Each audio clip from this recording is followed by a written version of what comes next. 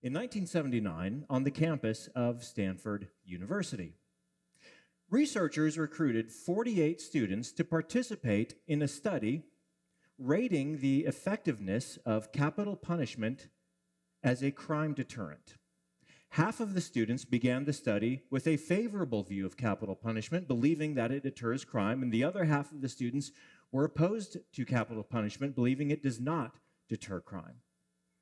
They had every one of the students read two different studies on the subject. The first study cited data that shows a high correlation between the use of capital punishment and crime deterrence. The second study showed contradicting data that undermined that capital punishment can deter crime. Then they asked the students to rate the articles.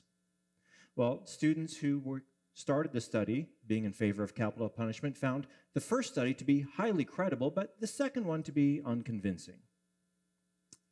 The students who opposed capital punishment at the beginning of the study found the second study to be highly credible, but the first to be unconvincing. But since this was the 1970s and since it was Stanford University, you know that that wasn't the actual study. There's a plot twist. They were trying to study bias in human beings. Both studies were fabricated.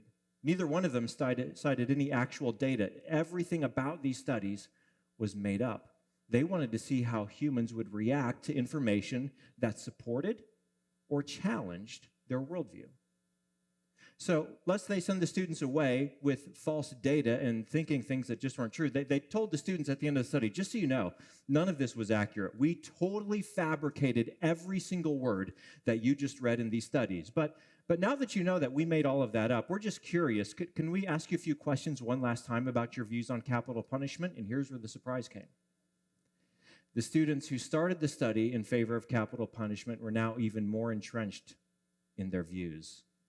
And the students who were opposed to capital punishment are even more entrenched in their views, even though they all knew they had not learned a shred of new information about the effectiveness of capital punishment as a crime deterrent. So what was going on there? Well, in this series, we began by asking the question of what's wrong with the world. Why isn't the world the way it's supposed to be? And why aren't you and I the way that we're supposed to be? Well, the biblical authors had a very clear and consistent answer to that question, and their answer was sin. Sin is the reason why the world isn't the way it ought to be, and it's the reason why our lives aren't the way they ought to be. Sin is the reason why there's human trafficking. Sin is the reason why family members will stop speaking to one another. Now, in our modern context, we think that that sounds a little bit simple or simplistic when we just say sin, because for most of us, our definition of sin begins and ends with doing bad things. But the biblical authors did not have such a simple view of sin. In fact, when they talked about the contours of sin and the character and quality of sin, they didn't try to simplify it to a dictionary entry. Instead, they described how it works, how it moves, how it hides, how it divides. And they did it through brilliantly written narrative so that we could get a glimpse, an understanding of how sin works in our lives today. And today, I'm not talking about the worst things that people do, but I am going to explain why people can do the worst things. I'm not going to talk about the worst things that you have done. I'm going to talk about why you are capable of doing the worst things. And it has everything to do with what the Stanford researchers observed in their study.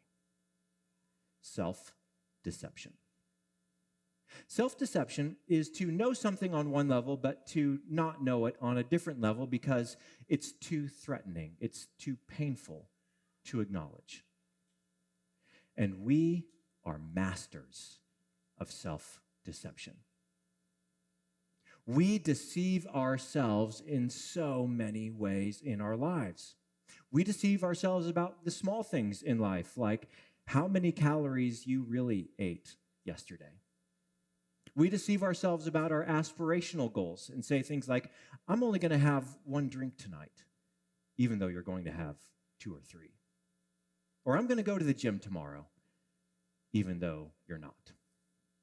We deceive ourselves about past decisions we made, like why you chose the career path that you did, or why you married the person that you did, or why you broke up with the person that you did. We deceive ourselves about the very basic realities of what it means to be human, like the existential realities that you are going to die. We are masters of self-deception. Hey everyone, thank you so much for checking out that last clip. My name is James and I serve as the Digital Media Director at Hope Church. If you're interested in exploring more about this topic, just click the link down in the description. But we also wanted to take some time to personally invite you to come join us for our next live stream that's going to happen right here on YouTube starting at 8:25 a.m. Central. You'll be welcomed by our on-air host who will guide you through that day's experience. We have chat hosts ready to answer any questions that you might have, and we would just love for you to come be a part of our growing online community. But the real highlight is that we get a chance to meet you. So if you're interested in joining us, go ahead and hit that subscribe button. That way you'll get notified when we go live this Sunday. I cannot wait to hang out with you, and we'll see you there.